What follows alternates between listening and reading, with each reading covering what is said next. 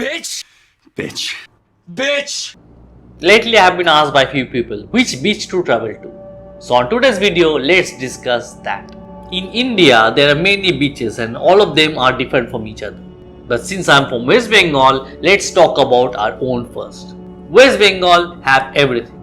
We have beach, hill stations, forest. And it's so easy to travel within a state that we get to see everything. But let's talk about beach first. Like rest of the country, West Bengal also have many small beaches, but I will talk about particular 3 beach. Bokkali. It is relatively smaller beach destination. It is kind of a village, it's not at all modern. If you're living in a big city and want to spend few days in a remote area where you can breathe a little, then this is the right place for you. You'll not find well-furnished hotels, resorts and restaurants over here. What you'll find is an accommodation which is good for that place. And the eateries will provide you with well-cooked, home-cooked style Bengali dishes which are really yummy. The beach is absolutely silent, and if you want to spend few moments alone reflecting on your life, you can do so. This is a budget destination. Mondarmoni.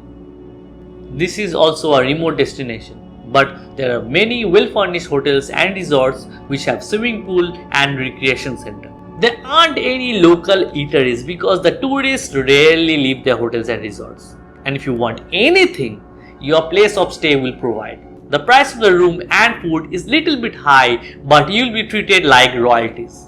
And in case if you want to visit the beach, and you should do so, rest assured you'll find very few people over there. The sand on the beach is light and comforting, and the waves are mild, so take a dip in the sea. Digha. This place is a major destination. This place is always bustling with tourists throughout the year, and there are many hotels and resorts which are catering to every need of the individuals which are coming over here. If you want to stay near a busy tourist spot or a remote area or near the beach or near the market, you can do so. You have options. The price of the room starts from 300 rupees to 5,000 and above per night. The best thing about this place is you have options for gastronomy and shopping. This is not a posh destination, so don't expect Italian dishes. What you can expect is a typical North Indian dish cooked in Bengali style, and they are really good.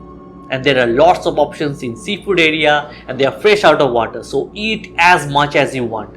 And if you have never tried Hilsa, do try it because it is the best fish in the world. There are some idiots who, in order to show off, compare Digha with Goa, which is completely wrong because Digha and Goa are completely different from each other. Let me tell you how. Goa was part of Portugal and Digha was part of Great Britain. So the architecture and the feel of the place is different. Goa is a state, so vast area, and Digha is a small town. Foreign dishes are available in Goa, so foreigners will not find themselves out of place. And Digha is for regular Indian people. Goa is posh and Digha is for regular people. Goa is more for youth and couples, and Digha is more for families. People go to Goa for nightlife, beach parties and water sports. People go to Digha for high waves. In fact, Puri and Digha are the best places to watch high waves. If you are a sea lover, Digha is heaven for you. Goa is costly and Digha is more budget friendly.